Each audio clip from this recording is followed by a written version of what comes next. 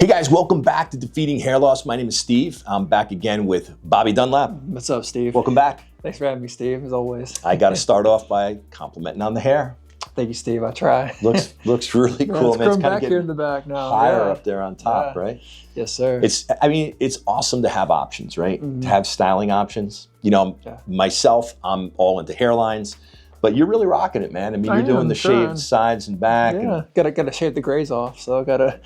Really cool. You know, it's funny because we have such a difference in age that, you know, you're supposed to be like me, right? Because I know everything, and you're not supposed to be able to shave your head. You don't want to get a hair transplant and shave your head. Why would you want to do that? It's just a mixture. But you know what?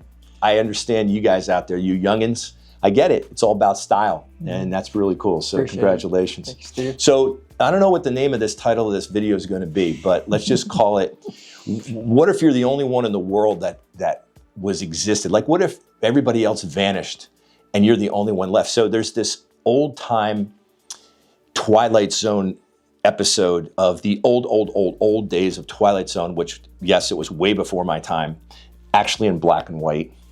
And on 4th of July, they would have a marathon because, you know, you get bored when you're not going on vacation or whatever, and you got your TV on and you're flipping channels. And then they have this, I think it's 48 hours of, you know, you're off summer break, and they've got these one episode after another, the 30 minutes, this famous guy that you recognize his voice, even if you're really young. His name is Rod Serling. But anyway, so there's one episode where this really nerdy guy that wears a little bow tie and a suit works in a bank. And his thing is that he wants to read books. That's all he wants to do. Now he has to work. He has to have a job. So he's working in a bank. And every time he gets a coffee break or he gets a cigarette break or he gets a lunch break, he just sits down and he's reading a book. And the entire time he's trying to read his book on his breaks, these people are like bumping into him. They're making too much noise. There's a construction crew outside. There's people to ask him questions. They're kind of like in his space.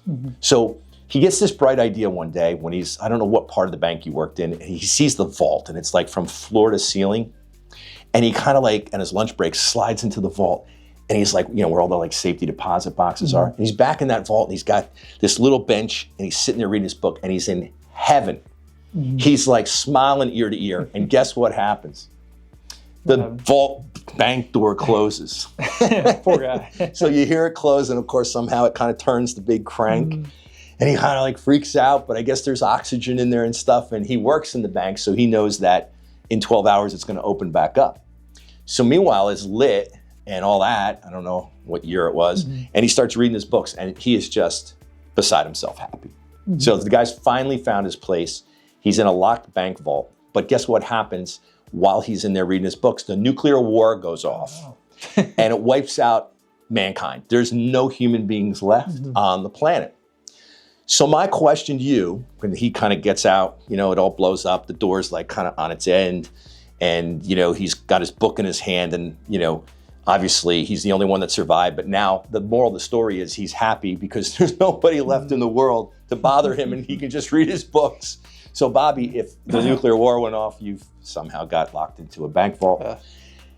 Would you care that you have your hair? I think I would, yeah. I love my hair.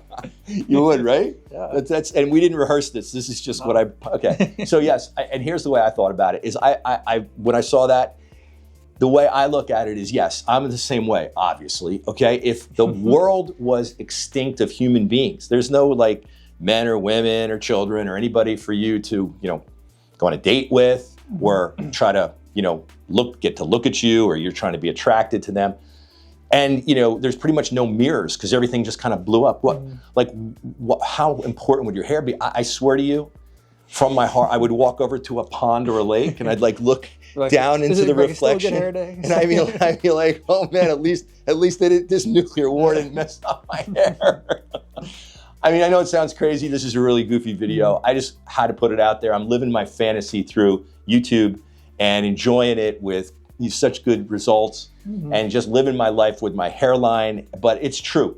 If I were alone in this world, I'm a pretty happy guy alone, by the way. I would just walk over to, you know, whatever a reflection you can get. And I definitely would want my hair. So I don't know what that does for you out there, except make it that I'm really, really, I guess, stupidly in love with hair.